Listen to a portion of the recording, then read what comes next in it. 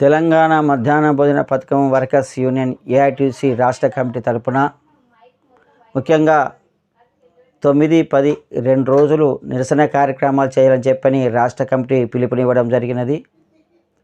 ముఖ్యంగా తెలంగాణ రాష్ట్ర ముఖ్యమంత్రితోని ఈ మధ్యకాలంలో సమావేశం నిర్వహించడం జరిగింది. ఆ సమావేశంలో మన రాష్ట్ర నాయకత్వాన్ని బృందం మన ఎమ్మెల్యే సాంబశివరావు గారి సమక్షంలో మాట్లాడడం జరిగింది. ముఖ్యమైన అంశం ఏంటంటే సెంట్రలైజ్ కిచెన్ ద్వారా పిల్లలకు కానీ అదేవిధంగా ఇప్పుడు పనిచేస్తున్న బడుగు బలహీన వర్గాల 54,200 మంది కార్మికులకు అన్యాయం జరుగుతుందని, అదేవిధంగా పిల్లలకు నాణ్యమైన భోజనము పౌష్టికారం అందలేదని చెప్పని నానా రకాల సమస్యల మీద ప్రభుత్వంతో మాట్లాడడం జరిగింది.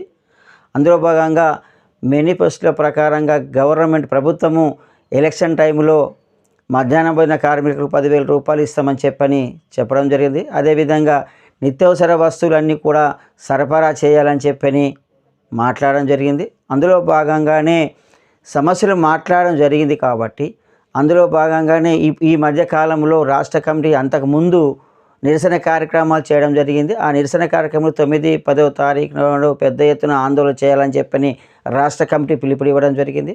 కాబట్టి అందులో భాగంగానే 9-10 తారీఖు నాడు ఒక్క రోజుకే కుదించాలని చెప్పి ఉద్దేశంతో ఈ మధ్యకాలంలో రాష్ట్ర కమిటీ నిర్ణయం తీసుకున్నది.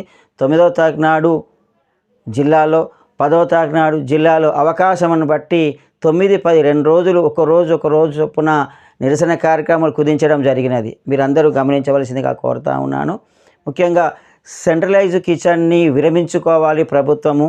అదేవిధంగా 54,200 మంది కార్మికులను రోడ్డున పాలు చేయొద్దని చెప్పని ముఖ్యమంత్రి గారితో రాష్ట్ర కమిటీ మన ఎమ్మెల్యే గారి బృందం కలిసి మాట్లాడడం జరిగింది. అందులో భాగంగానే గతంలో చెప్పిన మాదిరి కాకుండా ఈ మధ్యకాలంలో రాష్ట్ర కమిటీ నిర్ణయాలు అమలు చేయాలని చెప్పని అన్ని జిల్లాల్లో కూడా కలెక్టర్ ఆఫీసుల ముందు ధర్నా ఒకరోజు నిర్వహించాలని చెప్పడం జరిగింది.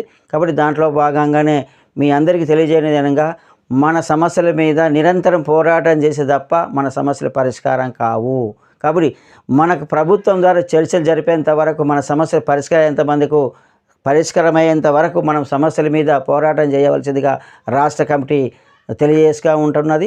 దయచేసి ఇంకా రాబోయే కాలంలో చాలా విషయాలు మాట్లాడుకుందాం. కాబట్టి ఇది మొదటి వీడియో కాబట్టి మీరందరూ గమనించాలి. రాష్ట్ర కమిటీ పిలుపులో భాగంగా ఏ సమస్య వచ్చినా మన రాష్ట్ర కమిటీని అనుసరించి జిల్లా కేంద్రాల్లో జరగవలసిన, మండల కేంద్రాల్లో జరగవలసిన కార్యక్రమాలు విజయవంతం చేయవలసిందిగా మీ అందరికీ నేను విజ్ఞప్తి చేస్తూ ఉన్నాను. ఇట్లు మీ చక్రపాణి. ఎండిఎం విషయాల మీద గురించి తెలుసుకోవడానికి మా ఛానల్ని సబ్స్క్రైబ్ చేయండి, లైక్ చేయండి, షేర్ చేయండి. మీకు సందేహాలు ఉంటే కామెంట్ చేయండి.